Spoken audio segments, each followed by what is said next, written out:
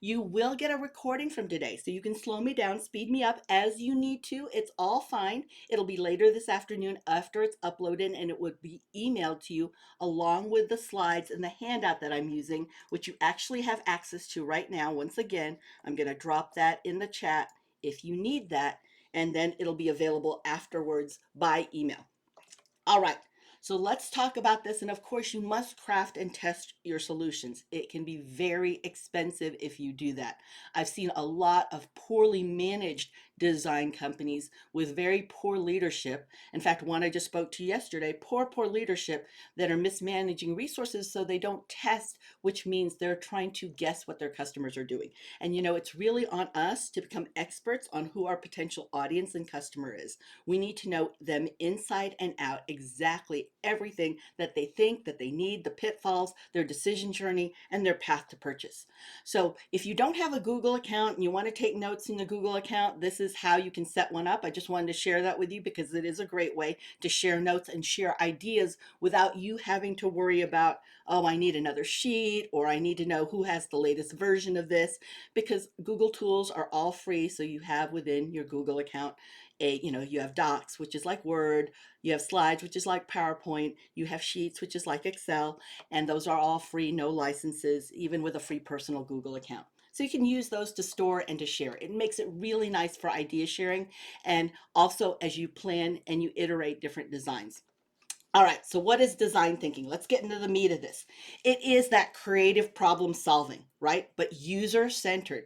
Those are the most important. If you are highlighting and looking or taking notes down on what you need to pay the most attention to here, you'll see that it's problem solving and user centered. Now, you could have a idea that's technologically or economically feasible, but it is making sure you're solving a problem. This is important. I see a lot of ego focused designers and inventors who design in their head what they think people want, and I see them also throw all that product away, really confirming their poor leadership and their poor process through this actual decision thinking and design thinking. So first you need to empathize, which means, remember what I said, learning your customers. It's on you to be the expert on that audience that you want to serve. Know what their needs are, what their challenges are. What do they look like before they need your product, service, or solution? What is it that they're experiencing? What questions do they have? What are they Googling? What are they talking about? What do things in their life look like, sound like, and feel like? And then define that. So number two, after we understand and we are observing and fully immersed, now we can define that and express really what is it that they're looking for from their POV, their point of view. And then now we ideate what could be the solution to that problem. We come up with prototypes and now we test, right? So for example, you think design thinking is in our everyday. Look at on-demand TV, right? Before it was people, oh gosh, trying to just even set TiVo. Then before then, setting recorders on. Before then, it was just tough luck. If it airs and you're not home, well, too bad. There's also the foot activated car door that came from a need.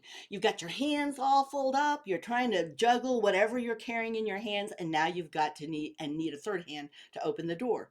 Or even Lyft and Uber. As we look at ride sharing, there was a time when we were all told don't talk to strangers and never get in a car with a stranger. And now that is something that's common that we do, and we even carry an app on it. So you can see how design thinking, that the necessity has become the mother of those inventions and those needs.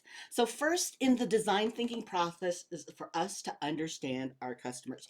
Do not, absolutely do not shortcut this unless you've just got a ton of money to throw away and cash flow doesn't matter to you, because that is what I've seen in the 15 years that I've worked with inventors and designers, the ones who don't give a hoot at all about cash flow. So they're independently wealthy, privileged kiddos.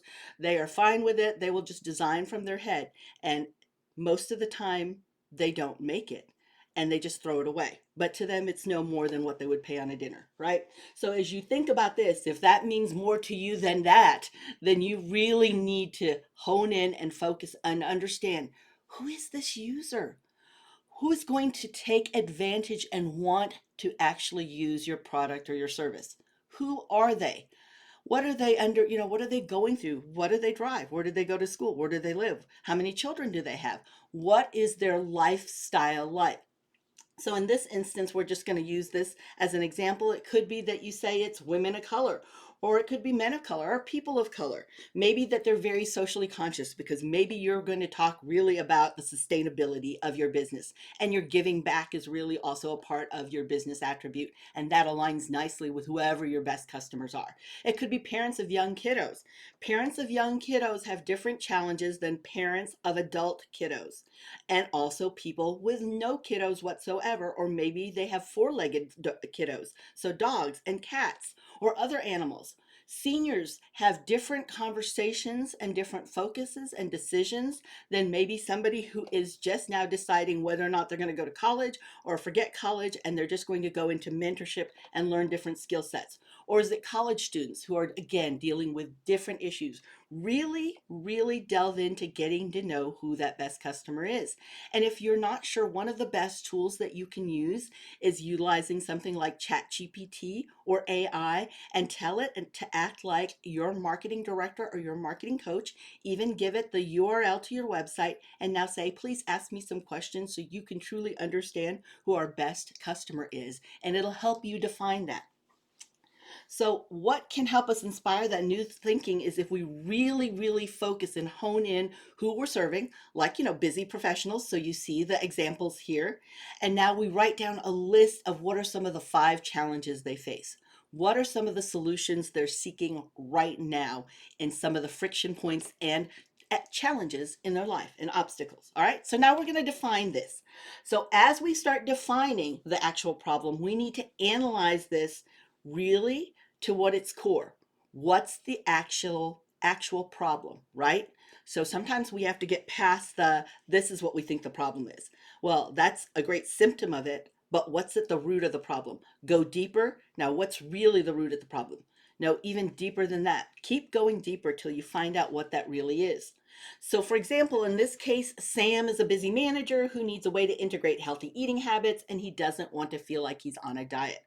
So, you see, the user is just, this is the name that you're going to give the persona that you either already have or that AI can help you in deducing who your actual best target audience, that persona is, and give you some general information about them, but still more specific about their different geographics and demographics and psychographics. And you also see that characteristics of the psychographics, and that's that they're a busy manager. And then what their need is and the insight, why they do need it. What is that driving force that really is pushing them? So when you have a problem statement that clearly defines the goal, you can now design. This is critical. Again, I see a lot of people who think they're just all that and they skip past these first two on emphasizing and defining, and that is a costly skip that you'll do. Again, if you got money to throw, but most of us don't, right? We want to make sure this is working effectively as possible. So as we define this, now we can ideate. Now that we have this statement, we can ideate. So you might want to go, as you look at the slides that you were given, take a look and know that you can come up and create this yourself. Fill out username, user characteristic, user need, and insight, right? All right, so ideate. And I know I've been pretty critical saying you've got to do these things or else you won't have cash flow, but that's because I've actually seen it in living color of people who have thought, but me, I'm just the most amazing designer. This is the thing. I know my audience, and I've seen that, and I've seen the results of that. So you can either decide to take advantage of that experience, or you can go find it yourself. But I will tell you, once you have that statement, now you can start designing for it. It doesn't mean that your product or service can't serve anybody, everybody, and somebody. It can, but they're all gravy. If you miss the customer or the audience that you're designing for and they never decide to pay for it, then where are you going to be without that? So, as you think of your goal, you want to make sure you engage now in unfiltered brainstorming. That's what brainstorming is. It's no ideas goofy or out just out there, because now you're just going to get those creative juices flowing. And we don't want to put any barriers or limitations to that. So remember, we're going to look at this design statement, and now we're going to go into ideating. How can we solve for this obstacle? All right. So what you can do, and you can do this on a Google Doc, you can do this on a regular piece of paper. If you like to write manually, you can do this. Split an actual piece of paper in half, and in each section write out an idea. So don't worry about whether or not this is actually doable. Maybe we don't even have the material to create this yet, or maybe that's not how physics work. Just get the idea out there, because if you start making and putting all of those limitations and barriers to your thinking, you may not get to that ride sharing, because my parents said never get into a car with strangers, or you'll never get into on demand TV, because it's like, well, if people can't watch TV when it's available, it's entertainment right then and there, then they shouldn't be able to watch it. Now we've got streaming, right? So again, if you limit by some of those beliefs that some have held, then you will actually be held and limited in your design process. So for example, as you know your actual customer or that audience, now you can start thinking about what is it that you provide that would be helpful to them, and maybe some of the struggles and challenges they have that you can help solve. So as you look at women of color or people of color, college students, you can see also it could be a roommate matching system that they need. So push past all the obvious solutions to get through the idea. Keep writing your ideas down. And here's the key: just write, even if it's gibberish, because I know that even when you've got, you're sitting there and you've got, you've got a brain freeze, or maybe you are stuck, so you just can't get the creative juices flowing. Just to start writing, start looking at different things, walking around, changing your scenery, changing that helps change the mindset and your breathing cadence, which can help you now break through to different ideas. So come up with at least minimum 8. Push yourself for a minimum 8 solutions. You might feel like right now you've got everything that there is. This idea that I already have is there, but you might be able to make it better. How many of us have already seen so many times where you see somebody come out with a product and then somebody does it better and they're the one who makes bank on it. So there's the first one out of the gate, and then there's the one who makes bank on it. And if you've ever heard, there's a saying that says they're innovators, they're idiots, innovators, and imitators. And idiots don't see the idea at all. It just past them. There's innovators, those who come up with a great idea and they make it happen.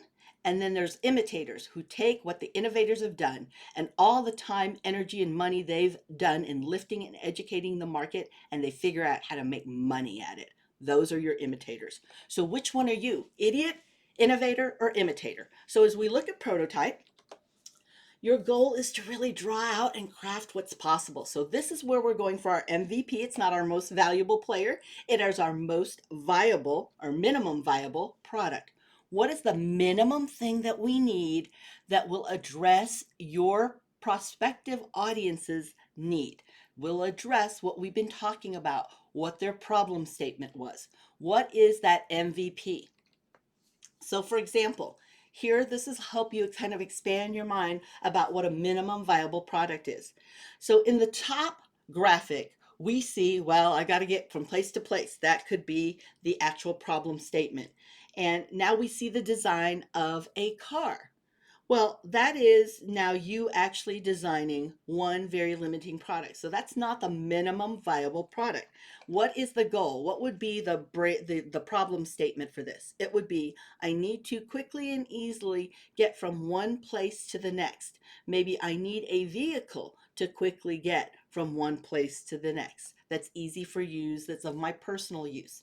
So as you see, the top one is very limiting to just only these four-wheel chassis. But look at the bottom. Now we get into that minimum viable product. Remember what the need is. I need to get in a personal vehicle from point A to point B. That could be the problem that you're solving for. So I could do that by skateboard or by scooter or bicycle or by motorcycle or moped or car or truck or SUV or Hummer or tank.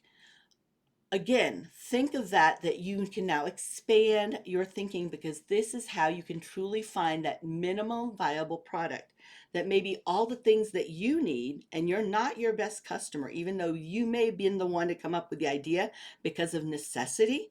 Understand what got you to this point is not going to get you to the next level, and really understanding and empathizing who that best customer is, unless you observe and you listen and you start taking into consideration those minimum viable products, because those could be your actual solution, which the ones who invent and really take it to market well, That is what they do. It's not often the idea that they first held in such esteem, just because they realize, oh, well, to do what they had to do before, there'd be a lot of manufacturing. It's a 32-pound product. Now I have to worry about getting it on the ocean, and I have to worry about who will manufacture it, and then the cost. How can I source that? And there's MOQs, minimum order quantities, that I can't fulfill. There are all those realities that come up, but start with the idea and start putting your prototype and what is the minimum viable product that you can take that will solve for that issue. All right, really think about that and all the different resources involved. Now you test. This is another area where I would say 85% of inventors fail. They come up with a great idea, all their friends high five them and say, oh, it's amazing. Then they ask their team that they pay to tell them, yes, that's amazing. It's amazing. So there is no contradiction or dissent, maybe, a few things, tweaks here and there, and they go to market. It's expensive. It sits there. It starts gaining storage fees, and it is not viable. All right. So testing is where you can find out whether or not you hit the mark, or where your idea is really cool, but not quite exactly what the market would be interested and pay for. So your goal here is to test that completed product. Now, I just sat with a company this last week that let go of $110,000 in inventory. I mean, just let it go, because they did not do this. They thought their idea was the it. I mean, it was it. They were going to go to market with it, and they filled their warehouses. They have 3 warehouses in North America, and they filled it with product, and they sold 15 of them. So unless you test that complete product, you won't know. In your whole head, you may have that scenario, but your customers need to vote with their pocketbook, and they need to tell you whether or not you really got it, or do you need to make some adjustments.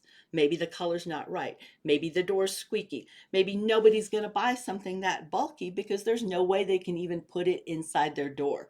So when we go through this, what does that iterative process looks like? For example, this place, Sunrise Coffee, when everything happened in 2020, they were just launching. Lucky them, they got to launch in March 2020 as the world changed, right? So they had to, of course, pivot the word of 2020, and they decided to take everything online and how they handled the bulk of their business. So while they have a physical location, they did not build up for that. They don't even have chairs and tables, because they built for everything to be on the go or delivered. So as you go through the process of empathizing, exactly observe, engage, really get to know them, understand them. This research into your customers is going to give you, or your potential customers, or the people who will need your product or service, that's going to give you so many ideas and so much insight too. But now we have to make sure that, okay, is this the problem that we have, and really understand it, because if you're just a little bit off target and you don't understand their problem and you build everything for that, they might not spend $1 on something like that because it doesn't matter to them. Now, when you ideate, that's when you truly brainstorm and let those juices flow. Come up with a minimum of 8, and you're looking for what? You're looking for just all sorts of ideas. Remember, no boundaries, no parameters, no rules and regs. You're not bound by gravity even on how you ideate. And when prototype happens now, when you look at MVP, minimum viable product, that's where some of the limitations, the reality, and what will be feasible starts coming in. And all of that has to be tested. So I've gone through quite a bit as we go through all the different resources available to you. I will share some things that you can do, but the first I will tell you is right here. Think about how you can ideate and really think about what is it that you can apply from what you learned today. All right. So I just spent 28 minutes going through a design process that does take a tremendous amount of time. I do understand that. But if you get good at that, you can then come up with some great product that people have never seen before, or maybe even a better version of an existing product, and innovate a solution for them that will not only help solve their problem, but fill your pocketbooks as well, and fill your actual focus and purpose. Okay? So I'd love to hear. Let me know in the chat box what exactly you are going to apply that you learned today. I'd love to know. So let's hear all that in the chat box, everybody. Anything that you want me to go back over? I've blown everybody away. We covered a lot, didn't we? User stories. Absolutely. So when you focus on user stories, let me go back here because I want to share with you that. When you focus on your user stories, you will get very clear, extremely clear on exactly who you're serving.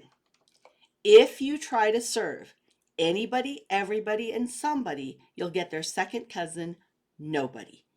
It is too wide, and unless you have unlimited funds and unlimited access to media and distribution channels, it doesn't make any sense. So, who are you solving for? If you created something because it helped you, so right now you're the best customer, what are some of the other issues? Really observe what you ran into before you designed it. What were some of the challenges that we were having?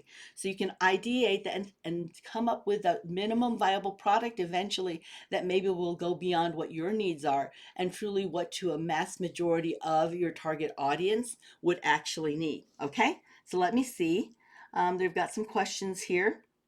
Yes, Kenya, there's a recording. You'll get it this afternoon. So it will be emailed to everybody, as well as a copy of the slides in the handout. But once again, I will drop it here in the chat box just in case you want to get it, because it's only available right now while I'm on camera. And then it'll be emailed to you. So let's see. But will the slides be available? Yep, I just put it, Anita, I just put the link there for you so you're ready to go. Start with the minimum viable product. Theron, that's smart. Start with that, but really get to know who that best customer is. Don't shortcut that because it can be very, very costly and expensive, okay? Yes, Lee, the slides, I just dropped that link. I'm going to drop it one more time in case anybody missed it again. That's the links to the slides in the handout. Let's see. How to protect intellectual property while using testing besides having them sign NDAs. You know, Lisa, that is a hard challenge. I see a lot. I actually have talked to a lot of inventors who struggle with this. So you want to work with trusted testers, okay? So I'm thinking, you know, people that you trust. This could be friends or family members that you think would be the best customer for it, but you trust them. You would have them pick up your kiddos, right? Your kiddos being your four-legged kiddos or your actual kiddos, you would have them do that. You would let them in your house and have a key. So you would actually trust them to do that. Who are those people? And identify them. It could be employees and team members. I only caution you when you do that, and you may be working with freelancers. So it could be that, you know, I caution you with them just because they're going to be they're going to be skewed in their response. They are going to give you a good reply. You're not going to get an honest reply. You might get one little, here's a little nugget of something wrong, but they're not going to come full force after it because they don't want to be seen as, you know, the negative Nancy in the group. So they're just going to go ahead and go with it and not give you that true, honest feedback. But if you ask them, what you can do with team members or people that are freelancing and working with you is you can send it to them and ask them to video themselves with it, because now this gives you honest feedback without them having to say the word saying, oh my gosh, I couldn't even get anything out of the box. I shook it and it was stuck in the box. So I even was missing a piece, a nut and a bolt. You'll know that because you'll actually see it on camera. So there are ways to do that where you don't just have to go out to just the general public. If you already have customers, maybe you have VIP customers, because there's a lot of customers who, when they are your customer and they're already doing business with you, they have a lot of loyalty towards you, and they may be interested in having a say so in the next iteration or the next design that you have. So I hope that helps. Let's see. And then, of course, just so you know, always get, you know, it's a working patent. You want to definitely always get that once you get to that point where you're actually, you know, already into going through the molding and everything that you need to. So now you're going to go through the process of more than prototype manufacturing. Okay. Can you provide detail for fundraiser development for a nonprofit on higher ed program? Yes, absolutely. I sure can. All right, so let's go ahead and let me stop the recording here because I want